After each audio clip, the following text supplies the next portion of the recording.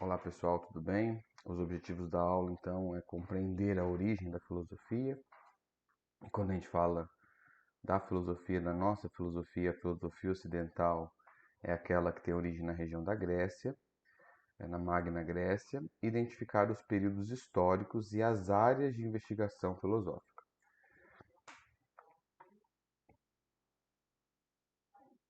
Bom, o que é filosofia, né? A palavra filosofia, se a gente dividir o primeiro termo filo, vem de amor, de amizade, né? Sentido relacionado a uma qualidade do objeto. É importante a gente ter em mente que no grego existem três palavras que, traduzindo para o português, significaria amor. O amor eros, que está relacionado ao prazer, ao erotismo, e o amor ágape, que está relacionado ao amor gratuito, incondicional, um amor normalmente atribuído aos deuses. O amor da filosofia, filia, é esse amor mais amizade, o amor fraternal, né? A palavra filia dá origem ao termos filhos, família, fraternidade. E Sofia, né, a segunda parte da palavra, significa sabedoria, conhecimento. Então a gente pode entender que a palavra filosofia significa amizade pelo saber, né? Amor pelo, fraternal pelo conhecimento. É atribuída à pessoa de Pitágoras de Samos, por volta do século VI a.C., a origem da palavra, né? E aí tem, novamente, aí o significado, amor fraterno e respeito, né? Pelo conhecimento, né? A busca do conhecimento. Então, o filósofo é todo aquele que é amigo do saber, aquele que busca conhecer. Aqui temos algumas definições, né? Marilena Chauí vai dizer que a filosofia é uma reflexão teórica e crítica sobre os conhecimentos e as práticas, buscando seus fundamentos. Então, refletir, né? Dobrar-se sobre si, né? De maneira teórica e crítica, reflexiva, né? Essa criticidade não no sentido do senso comum, de você falar mal sobre alguma coisa, mas na perspectiva de diálogo, de buscar conhecer aquela coisa. Merleau-Ponty vai dizer que a filosofia é reaprender a ver o mundo, ou seja, olhar para o mundo como nós aprendemos na sociologia, com um certo olhar de estranhamento, ver além das aparências, ver em profundidade.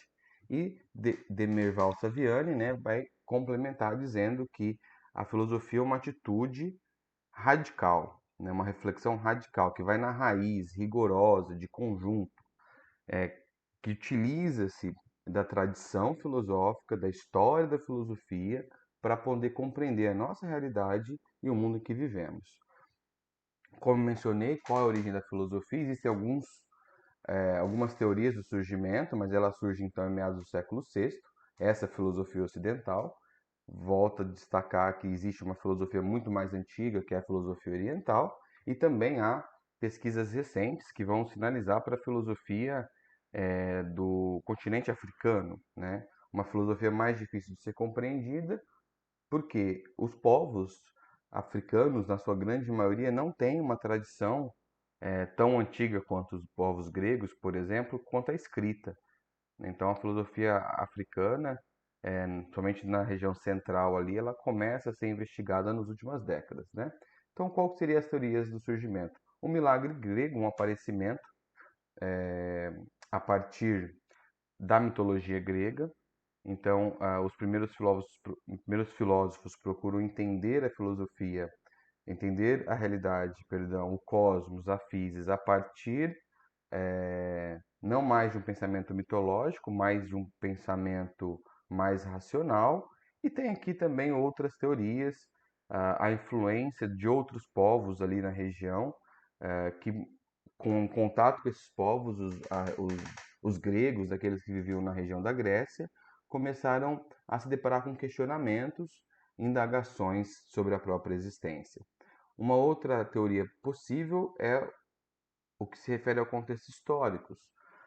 A região da Grécia, nesse século VI a.C., começa com um apogeu muito grande, econômico, social, e tudo isso influenciou o surgimento da filosofia. O que é interessante destacar é que antes da filosofia como conhecemos, havia e ainda há, né, de certa forma, uma explicação mitológica da realidade.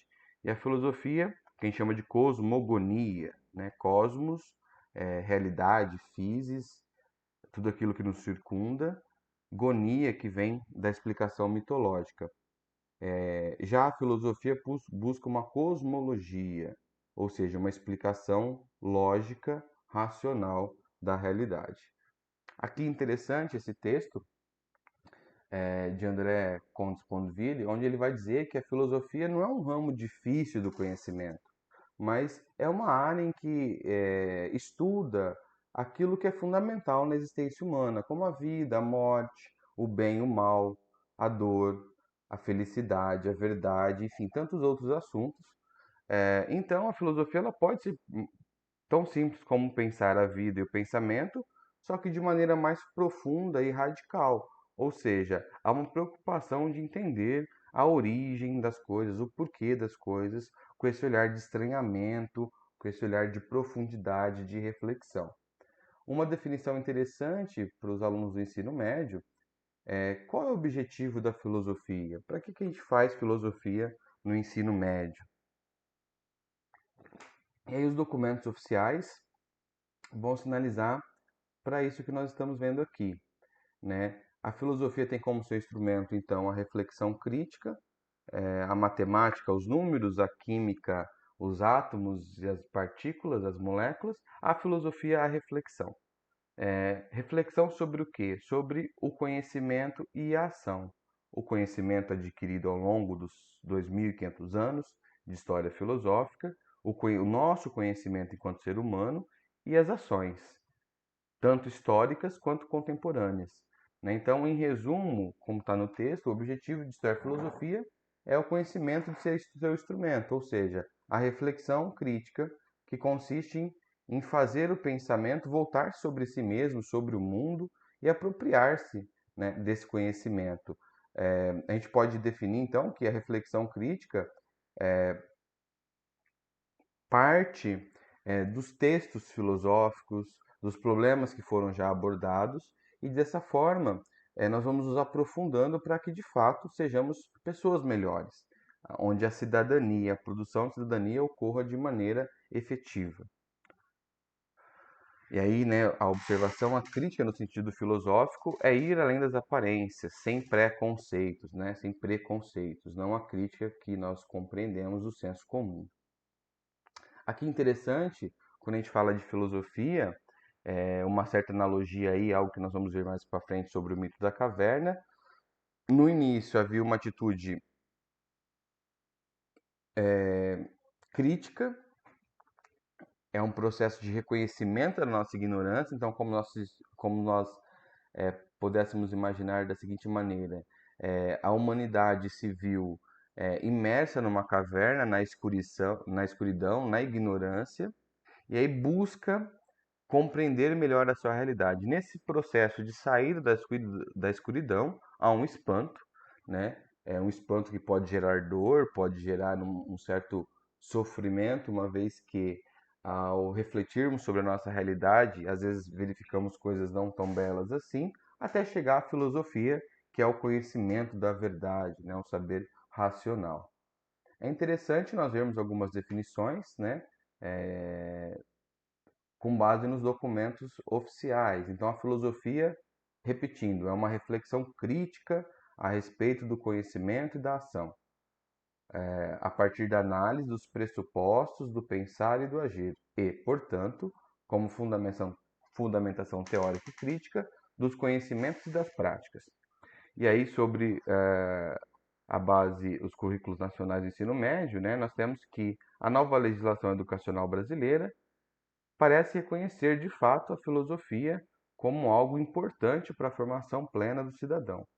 Se nós recorrermos aí ao novo ensino médio, é interessante esse destaque, né? A área de ciências humanas e sociais aplicadas, ou seja, história, sociologia, filosofia e geografia, nesse contexto, apresenta sua força no interesse interrogativo, no questionamento, na dúvida, né, na reflexão. Por isso ela percorre muitas vezes o caminho da polêmica.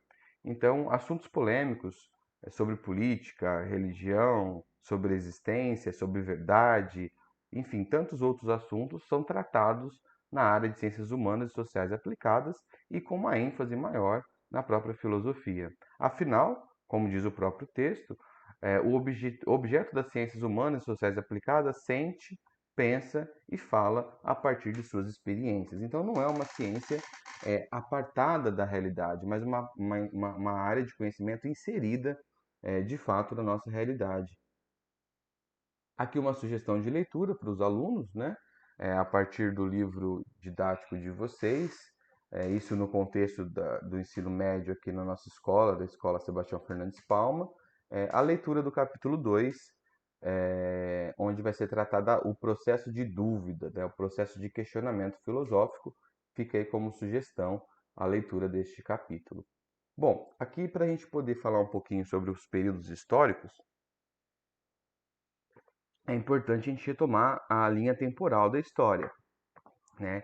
Então nós temos o nascimento de Cristo, da pessoa histórica de Jesus, e quando a gente olha para o tempo, né, esse é o ponto de partida da história. Então para frente nós vamos acrescentando, né, século I, século II, século III, século IV, depois de Cristo.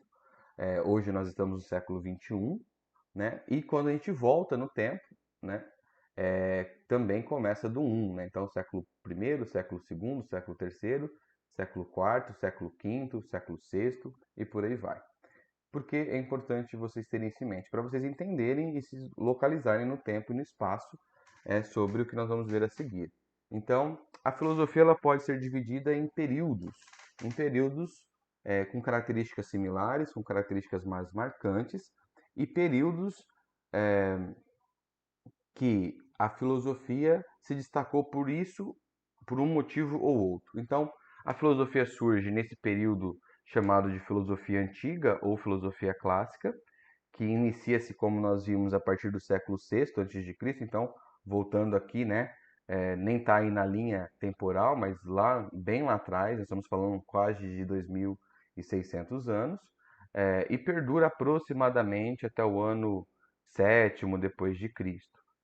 Nascida nas cidades-estados da Grécia, lembrando que a Grécia não é uma Grécia como nós conhecemos hoje, um estado nacional, e sim regiões, né, polis, cidades-estados, e depois se espalha por várias regiões do Império Romano, inclusive no norte da África, né? Nós falamos há pouco sobre a filosofia africana, há uma contribuição da filosofia grega ali no norte da África, uma certa influência no Egito, onde hoje é a Argélia, naquela região mais norte da África. Depois nós temos a filosofia medieval, que desenvolveu entre o século V e século XV, depois da era cristã, e ela se preocupa basicamente em explicar racionalmente as verdades de fé. Vale lembrar que nesse período o Império Romano está se dissolvendo enquanto instituição, e a instituição que fica na Europa, que permanece na Europa, é a Igreja. Naquele momento, a Igreja Católica, a Igreja Cristã. Então, diferente do que muitos pensam que seria a Idade das Trevas, porque não houve grandes conquistas científicas, mas sim, a filosofia ela fica a serviço da teologia, com, com investigações e reflexões muito profundas. Nós veremos Agostinho de Hipona, ou Santo Agostinho, no período da patrística, de origem africana, inclusive. Veremos São Tomás de Aquino, ou Tomás de Aquino, na escolástica.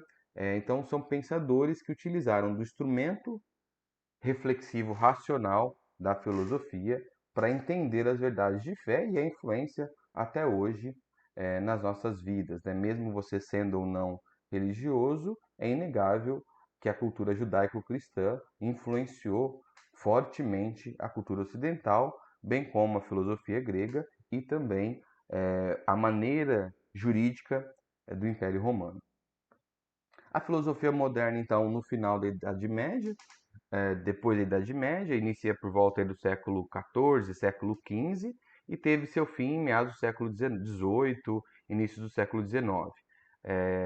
Marcada, então, pelo desenvolvimento do capitalismo, o surgimento dos estados nacionais, as primeiras nações, a expansão marítima, a retomada das ciências empíricas, uma reflexão sobre a liberdade, né? Vale lembrar que aí, nesse período, nós temos o Renascimento logo no início, temos a Revolução Francesa com o Iluminismo, a Revolução Inglesa, e outros períodos, tantos outros eventos, perdão, que marcaram a história da humanidade, principalmente no desenvolvimento das ciências. Nós vamos ver aí pensadores, filósofos como René Descartes, Francis Bacon, Galileu e tantos outros que desenvolveram as ciências que nós conhecemos hoje. É nesse período que a filosofia vai se dividindo também em áreas distintas do conhecimento. Então, aqui começa a surgir a física, a química, a matemática como ciência independente da filosofia. Até então, tudo era, de certa maneira, filosofia. Temos então depois a filosofia contemporânea, que há depois subdivisões, né, filosofia pós-moderna, mas basicamente final aí do século XVIII, começo do século XIX até os nossos dias. E há debates dos mais diversos, né, tais como a linguagem, a questão política, o utilitarismo, dentre outros. Então a filosofia, dado que as áreas do conhecimento elas se dividem, elas se apartam da filosofia, química, biologia, matemática, física, astronomia, que até então tudo era uma coisa só, a própria teologia, a filosofia ela começa a ter um caráter mais antropológico, ainda mais forte na questão da antropologia, e um caráter mais social. Destaca-se também que é nesse período, né, a partir do século XIX, com Augusto Comte, mais depois à frente com Emile Durkheim, Max Weber, Karl Marx e Friedrich Engels, que surge a sociologia, o estudo da sociedade. Quando a gente fala sobre campos de investigação filosófica, nós temos algumas grandes áreas, então a gente pode pensar a filosofia enquanto narrativa histórica, então pensar a filosofia nos seus períodos históricos. Podemos pensar a filosofia enquanto temáticas e podemos pensar a filosofia então enquanto áreas do conhecimento, campos de investigação. Essa primeira que é apresentada aí, ela pode ser chamada de teoria do conhecimento, epistemologia, episteme, conhecimento, logia, estudo do conhecimento, gnoseologia, saber, estudo do saber, enfim, né? É o estudo dos diversos modos e possibilidades ou não de se dar o conhecimento. Ou seja, é a área da filosofia que estuda o processo de conhecer. Será que nós conhecemos? Como se dá no ser humano esse processo de conhecimento? Uma outra área muito importante da filosofia é a ética, e aqui a ética é vista como a ciência da filosofia que estuda a moral, os valores humanos, o que é certo, o que é errado, a justiça, numa perspectiva reflexiva, não numa perspectiva necessariamente normativa. E a estética também, uma área da filosofia, não é a estética do salão de belezas, mas tem uma relação onde nós vamos refletir sobre o conceito da arte, sobre o conceito do belo, do bem e do mal, né? Principalmente do belo, né? O bem e o mal fica mais para o campo da ética, e a questão do belo e da arte, da importância da arte de uma maneira geral, como expressão humana, como processo filosófico, é a estética, a área da filosofia que estuda esse assunto. Temos a filosofia política, onde se investiga as formas de governo, noções de justiça, equidade, igualdade, convivência social. É da filosofia política que surge a sociologia, por exemplo. Esse campo de investigação filosófica sobre a convivência social no campo político. Vale destacar, né, uma frase de Aristóteles: o homem é um ser social, o homem é um ser político. Então a política nós vamos ver que ela não é simplesmente votar, mas a política é algo muito mais profundo, é toda ação social, toda ação humana. Temos ainda a filosofia da ciência, a reflexão sobre a natureza do conhecimento científico, seus métodos, suas consequências. A filosofia da ciência já num período já mais contemporâneo, onde vai trazer, por exemplo, com Thomas Kuhn, Karl Popper e tantos outros, como se dá o processo científico. Ela é um desmembramento da epistemologia, é um desmembramento da área da filosofia do conhecimento, já mais aplicada, né? Então, química, física, biologia, a filosofia da ciência reflete sobre essas áreas de conhecimento. Temos a metafísica, e aqui é muito interessante, né? Todos os seres humanos buscam a transcendência, e aqui o texto traz para a gente a metafísica, meta fora, fora da realidade física, fora do mundo físico ou sensorial, ou seja, é uma área que estuda aquilo que que vai além do que nós podemos ver e sentir. Ela busca a interpretação do mundo, da natureza, do eu, daquilo que constrói a realidade. É uma ciência com caráter ontológico, ou seja, do estudo do ser, das nossas essências.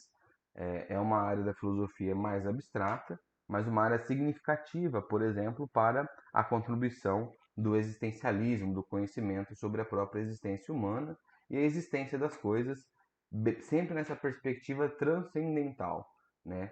Apartada, por assim dizer, um pouco mais distante, um olhar mais afastado do mundo físico ou sensorial. E por fim, a lógica, onde há uma preocupação de se entender as estruturas de raciocínio. Também, e aqui a gente tem que pensar, pessoal, como mencionei há pouco, nós dividimos a história da filosofia em períodos para fins mais didáticos. Se vocês se atentarem lá atrás, vamos voltar, nós percebemos, por exemplo, que a filosofia medieval ela vai até o século XV, mas a filosofia moderna já começa no século XIV. Espera aí, como pode? É porque já no final da Idade Média já há o germe, né, a gênese da filosofia moderna. Então nós dividimos, né, quando eu falo da filosofia contemporânea, por exemplo, é, já no final da Idade Moderna nós temos já elementos iniciais da filosofia contemporânea. Essa divisão, primeiro, por características gerais, né, como está nos textos disponíveis para vocês, mas para fins didáticos também. Quando a gente fala nos campos de investigação e dividimos em campos de investigação, teoria do conhecimento, ética, estética, filosofia política, filosofia da ciência, por exemplo, metafísica e lógica, nós fazemos isso também para fins didáticos, porque a gente perceber todas elas se comunicam. Então, para mim poder entender a metafísica, eu preciso também compreender um pouquinho sobre estética, sobre ética, sobre a própria epistemologia. Para mim poder entender e compreender a lógica, também é uma ramificação da epistemologia, né? Essa ciência, a lógica, que estuda o pensamento, como eu posso, as estruturas de pensamento, raciocínios e argumentos, né? Em especial aí no decorrer do ensino médio, nós vamos estudar a lógica aristotélica de maneira mais contundente, né? mais forte aí. Bom, então basicamente é isso, pessoal. Uma breve introdução sobre a filosofia, sua história e suas áreas de investigação. Espero que gostem. Deixem aí seus comentários. Um forte abraço. Tchau, tchau.